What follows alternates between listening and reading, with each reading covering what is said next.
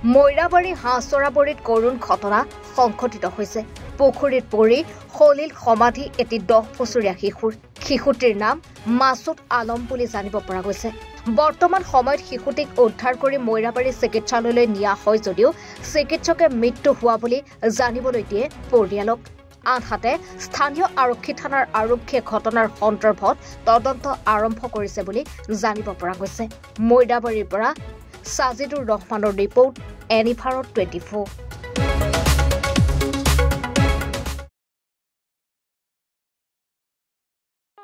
ৰব, আপুনি যে এটা অপৰাধ কৰিবলৈ গৈ আছে, আপুনি জানেনে? এই নাবালিকা গৰাকীক এতিয়াই বিয়াত বহোৱাটো যে এটা অপৰাধ, আপুনি জানেনে? অপৰাধ কেনেকৈ?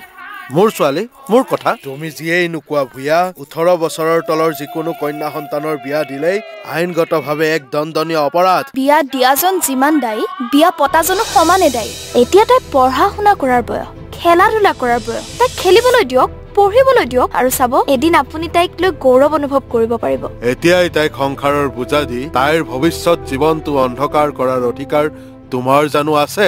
মোৰ ভুল হৈ গ'ল মাজনী, মোক ক্ষমা কৰিবা। শিক্ষা ল'ৰা ছোৱালী উভয়ৰে প্ৰাপ্য আৰু অধিকাৰ।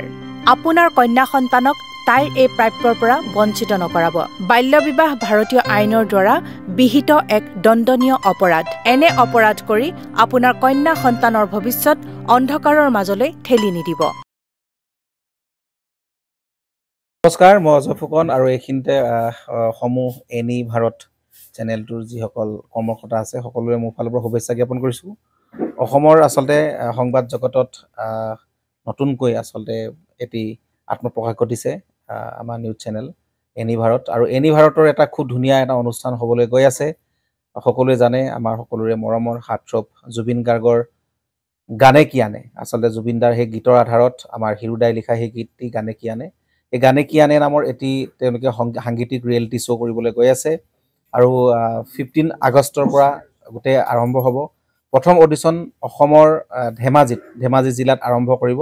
গতিকে সমূহ যিসকল প্ৰতিভা আছে, যিসকলে গান ভাল পায়, যিসকলে তেওঁলোকৰ নিজৰ প্ৰতিভা আচলতে দেখুৱাব বিচাৰে, এই ৰিয়েলিটি শ্ব'ত গানে কি আনে এই প্ৰতিযোগিতাত অংশগ্ৰহণ কৰক আৰু খুব ধুনীয়া আপোনালোকে সুবৰ্ণ সুযোগ লাভ কৰিব।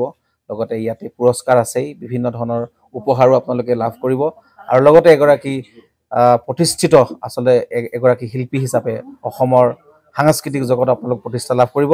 গতিকে গোটেই অনুষ্ঠানটোলৈ মোৰ ফালৰ পৰা শুভকামনা থাকিল, আৰু লগতে এই অনুষ্ঠানটোত আপোনালোকে অংশগ্ৰহণ কৰিব। আমিও আছোঁ আৰু সকলোকে আমি লগ পাম। ধন্যবাদ।